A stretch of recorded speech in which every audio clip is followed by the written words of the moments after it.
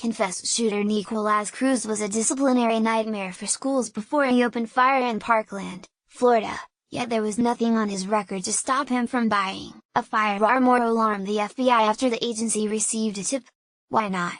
The demand for an answer to that question has focused attention on Broward County Public Schools, policies embraced by the Obama administration that were designed to help rule-breaking students avoid permanent blots on their records by reducing referrals to law enforcement. Photos: see Obama's biggest White House fails under Superintendent Robert W. Runcie, who worked for Obama Education Secretary Arne Duncan in the Chicago Public Schools. School-based arrests dropped by 63% from 2012 to 2016 after he implemented policies designed to derail the schoolhouse-to-jailhouse pipeline. But the approach also helped keep Cruz off the law enforcement radar, despite school-based offenses that reportedly included assault, threats and bringing bullets to school in his backpack. Mr. Cruz is a perfect example of someone just falling through the cracks that we create through bad policy. Jeff Bell, a deputy sheriff and president of the Broward Sheriff's Office Deputy Association, told the Washington Times. See also, Betsy DeVoe pressed to toss Obama's lenient school discipline directive. The 19-year-old Cruz was transferred 6 times in 3 years, the Miami Herald reported, but never expelled, taken into custody or arrested. He opened fire February 14 at Marjorie Stoneman Douglas High School in Parkland, killing 14 students and 3 teachers.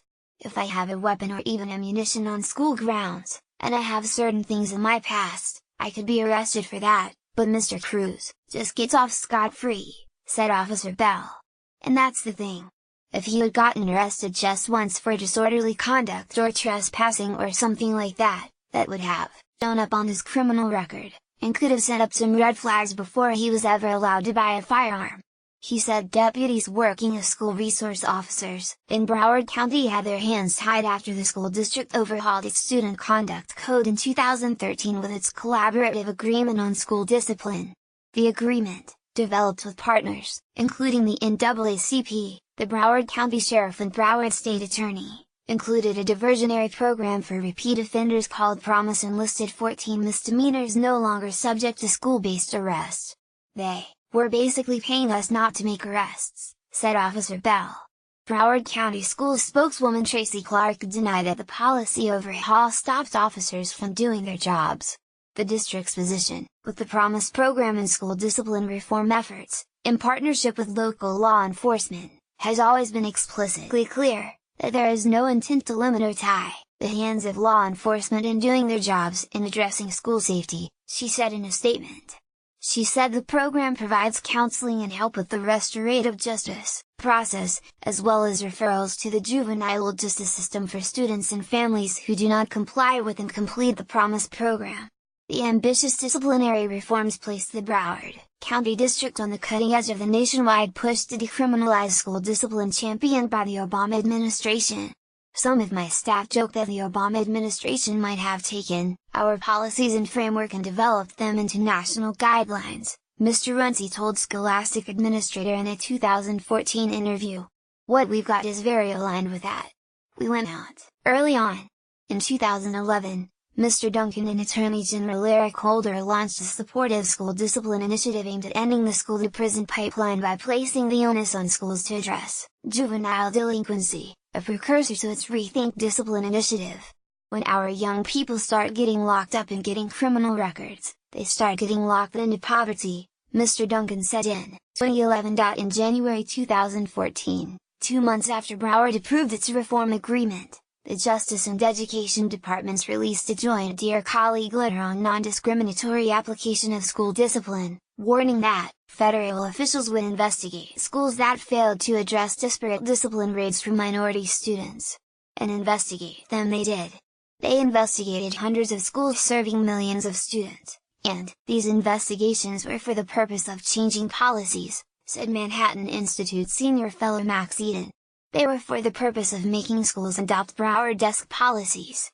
More than 50 other major school districts have since adopted the more lenient discipline approach, allowing thousands of troubled, often violent, students to commit crimes without legal consequence, said Paul Sperry in Real Clear Investigations.